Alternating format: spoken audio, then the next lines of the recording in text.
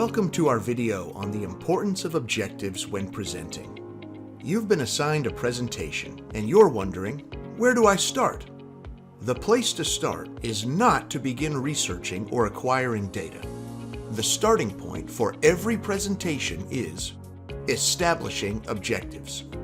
Many presentations are doomed to lose their audience because there were no clear objectives for the presentation. Just as pilots have a specific destination to which they're heading when they fly, you must have at least one specific objective to which you will take your audience when you present. This can be something specific you want them to know, a skill you want them to perform, a decision you want your audience to make, or a viewpoint you want them to adopt. Too often, presentations don't have specific objectives, and thus the audience can feel like they're flying around aimlessly with no destination established.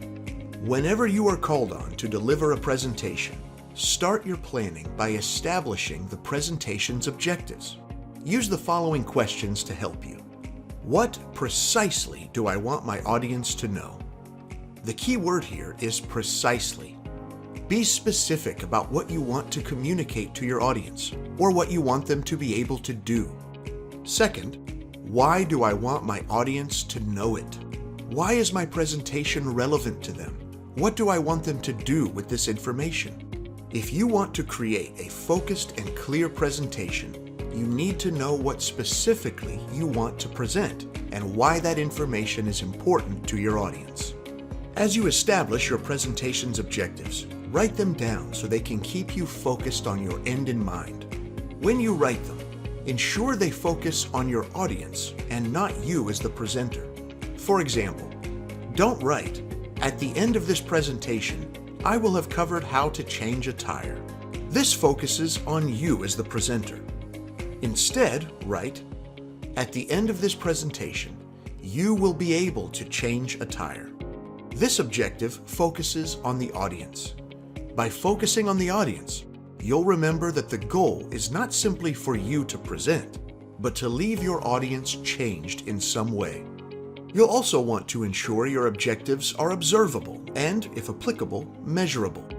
For example, if we wrote, "In this presentation, you'll learn how to use Microsoft Word," we'd have a very broad objective with no observable element to help us see whether they truly learned something.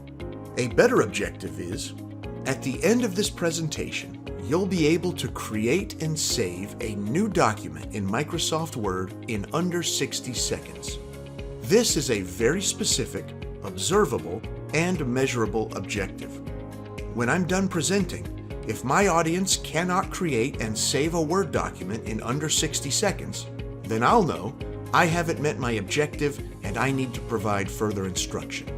Remember, the clearer and more specific your objectives are, the clearer your presentation will be for your audience.